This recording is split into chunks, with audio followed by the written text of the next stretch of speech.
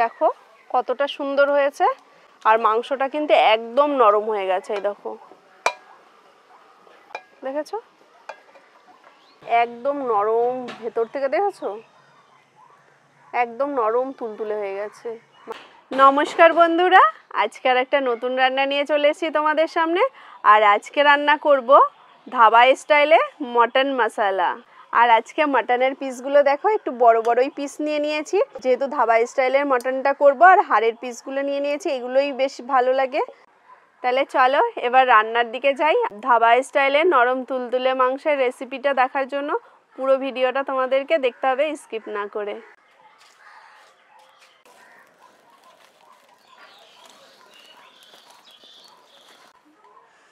আর এদিকে কড়াই গরম হয়ে গেছে, এখন দিয়ে দিচ্ছি এর মধ্যে সরষের তেল। আর সরষের তেলটা একটু বেশি পরিমাণেই দেব।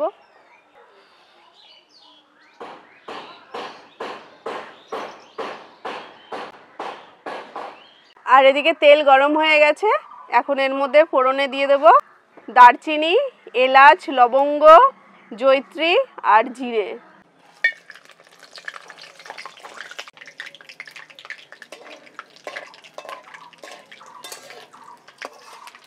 আর এদিকে ফোড়নটা ভাজা ভাজা হয়ে গেছে, এখন দিয়ে দেব পেঁয়াজ কুচি।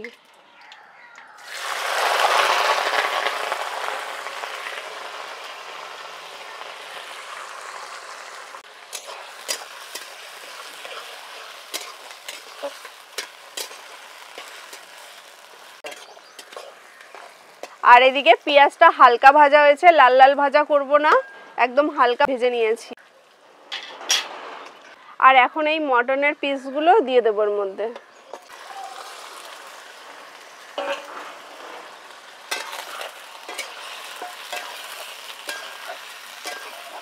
আর এখন দিয়ে দিচ্ছি একটু নুন, হলুদ দেব না এখন। এখন মাংসটা একটু লাল লাল করে ভেজে নেব।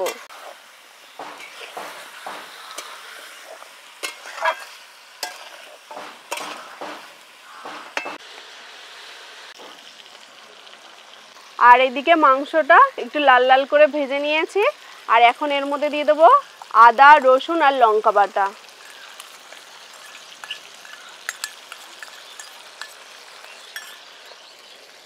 দিয়ে দেবো হলুদ।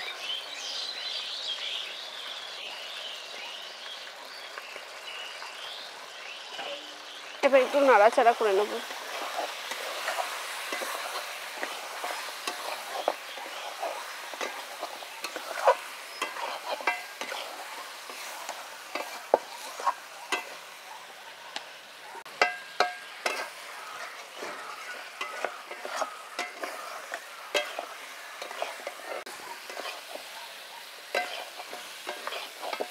আর এখন এর মধ্যে দিয়ে দিচ্ছি গুঁড়ো মশলা। দিয়ে দেবো লঙ্কা গুঁড়ো, আর দিয়ে দেবো কাশ্মীরি লঙ্কার গুঁড়ো, দিয়ে দেবো ধইনা গুঁড়ো, দিয়ে দেবো জিরে গুঁড়ো, আর দিয়ে দেবো এর মধ্যেই টমেটো বাটা।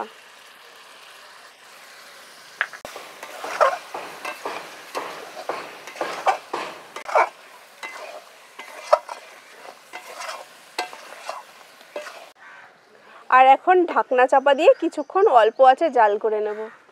মটনটা নরম হওয়ার জন্য দিয়ে দিচ্ছি জায়ফল গুঁড়ো। আর এর মধ্যে জায়ফল গুঁড়ো দেওয়ার কারণে মাংসটা খুব তাড়াতাড়ি নরম হয়ে যাবে। এখন ঢাকনা চাপা দিয়ে এটা জাল করে নেব। মটনটা ভালো মতন কষা হয়ে গেছে একদম, মশলাও দেখো, মশলার জলও শুকিয়ে গেছে। এখন দিয়ে দেব জল, আর জলটা একদম অল্প পরিমাণে দেব।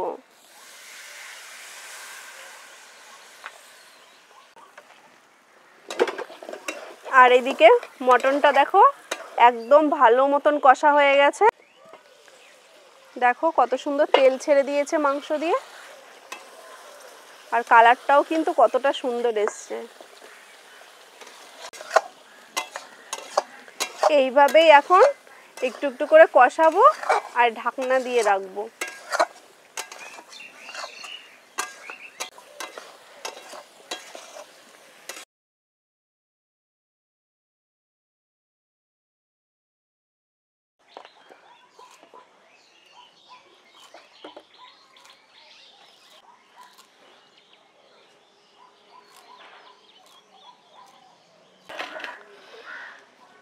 আর এইদিকে দেখো কালারটাও কত সুন্দর চলে এসছে, আর উপর দিয়েও কিন্তু তেল ভেসেছে।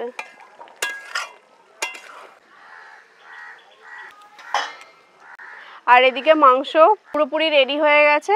আর এখন দিয়ে দেবো এই স্পেশাল মশলাটা। এই মশলার মধ্যে আছে দারচিনি, গোলমরিচ, এলাচ, লবঙ্গ, জিরে, ধনে সব কিছু দিয়ে গুঁড়ো করা। তো এই মশলাটা দিয়ে দিচ্ছি, আর দিয়ে দেবো ধনিয়া পাতা।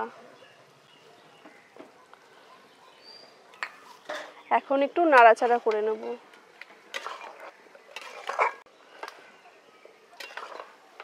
দেখো কতটা সুন্দর হয়েছে, আর মাংসটা কিন্তু একদম নরম হয়ে গেছে। এই দেখো একদম সফট হয়ে গেছে, দেখেছো? আর দেখো মাংসটা একদম ধাবা স্টাইলে পারফেক্ট রেডি হয়ে গেছে। কতটা নরম হয়েছে, কতটা সুন্দর লাগছে দেখতে, যেমন সুন্দর তেমন কিন্তু খেতেও অসাধারণ। তো চলো এবার নামিয়ে তোমাদেরকে এক পিস দেখাই যে কতটা নরম হয়ে গেছে।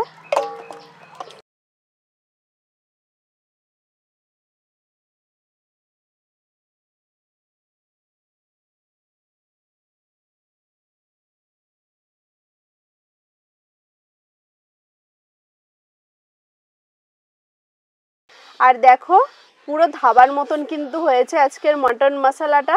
আর তোমাদের কেমন লাগলো অবশ্যই কিন্তু কমেন্টে জানিও।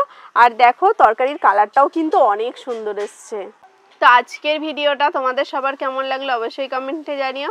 তো চলো আবার দেখা হচ্ছে আর একটা নতুন রান্না নিয়ে। আর আমাদের পুরো ভিডিওটা দেখার জন্য তোমাদেরকে অসংখ্য ধন্যবাদ।